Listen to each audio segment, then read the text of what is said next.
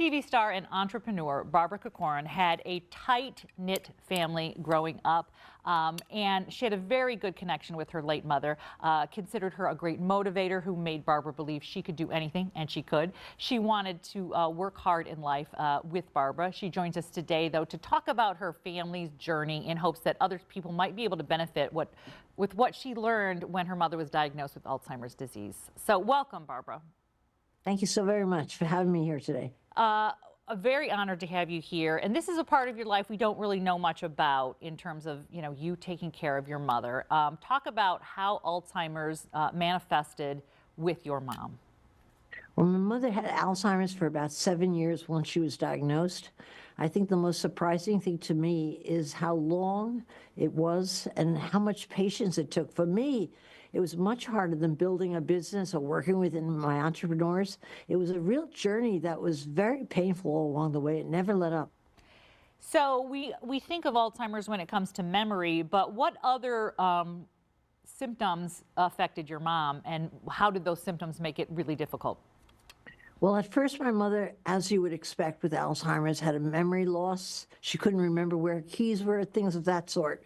And as it progressed, she became more that person who was frustrated. The frustration often turned into anger, irritability, restlessness. I would say she was always restless. She was wandering. She started shouting, and she started getting really adamant about her repetitive questions. But I didn't know then, which I do know now, that they were new symptoms. I just thought of them as a continuing trend of symptoms. I've learned that about half of people living with Alzheimer's show signs of agitation in Alzheimer's dementia, which is a related but not the same illness or not the same condition. It's related, but very, very different to live with.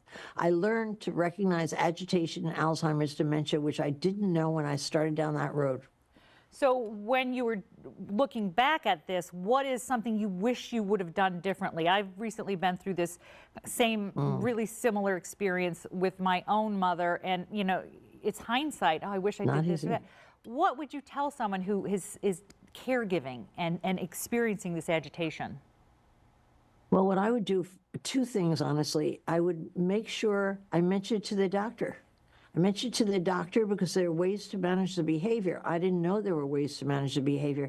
I just took it as part and parcel of what dementia was, and I was terribly mistaken. I also learned during the course of caring for my mother that I had to get in her space. Initially, when I was with my mother, I would correct her all the time.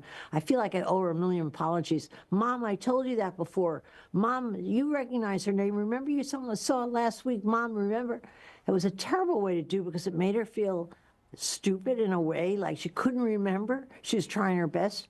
I got to the point where I realized, mostly because my younger brother took a course on dementia, that I had to get into her space. So never again did I say, I told you so. I never did that. If she said she had snakes under the bed and she was frightened of the snakes, I used to say, there's no snakes under the bed. Look, Mom, there's no snakes. I started killing the snakes, stepping on them and really getting rid of them. She was so happy.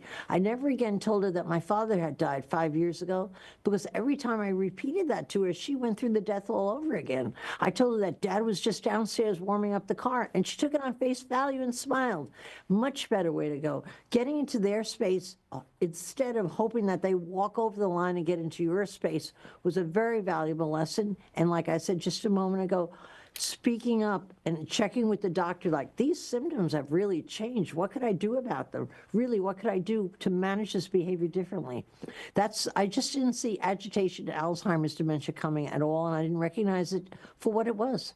It's so helpful to hear other people's experiences. So where can viewers who are maybe dealing with this go for the very valuable information and resources that can help them manage this?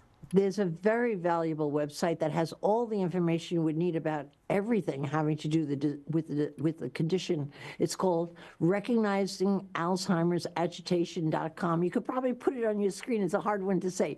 RecognizingAlzheimer'sAgitation.com. Because if you go there, you don't have to go on the journey alone. You know what you're looking for, and that makes all the difference to be educated and know what to ask for. Thank you so much. I am so honored to get to talk to you, and it makes me feel better to hear other people's experiences, especially someone so accomplished as yourself. I appreciate it. I'm very sorry to hear about your mom, too. Thank you. Likewise. Okay.